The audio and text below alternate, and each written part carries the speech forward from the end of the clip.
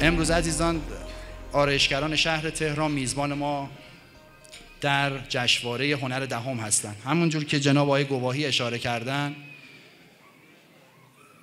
در ابتدای آذر ماه دبیرخونه جشنواره فعالیت خودش رو در تهران آغاز کرد و با توجه به فراخوانی که در شهر تهران و میان اعضای دارای جواز اتحادیه صورت گرفت، عزیزان و آرایشگران طبق فراخوانی که در جشنواره بودش مراجعه کردن به اتحادیه و در این جشنواره شرکت کردند. بزرگواران 217 نفر در نخستین جشنواره هنر دهم برترین‌های مدل موی مردانه ثبت نام کردند. کمیته داوران جشنواره آثاری که ارسال شده بود به دبیرخونه مورد بررسی قرار گرفت. نهایتاً بعد از تاییدیه کارگروه ساماندهی مد و لباس کشور 34 مدل به عنوان مدل‌های برتر در اولین ژورنال رسمی مدل موی مردانه امروز رونمایی میشه.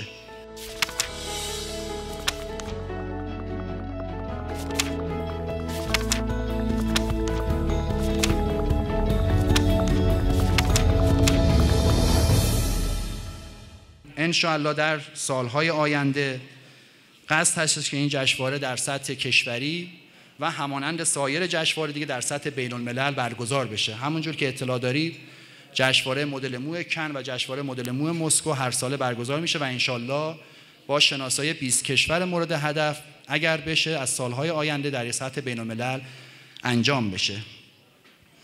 من تشکر آخرم از دوستان عزیزانی انجام بدم که حمایت کردن از این جشنواره.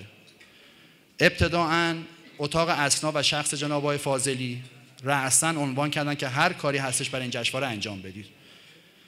بعد از اون معاونت هنری وزارت ارشاد با توجه به شناختی که از کارگروه داشتن گفتن هر موردی هستش انجام بدید و حمایت‌های وزارت ارشاد رو از این جشنواره ما خواهیم داشت.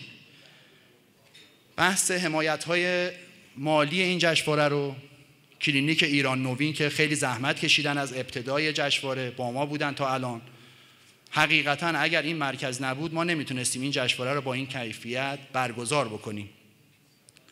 تولیدات لوازم آرایشی پرومکس هم جوایز این جشنواره را به عهده گرفتن که از همه عزیزان تشکر و قدردانی میکنیم.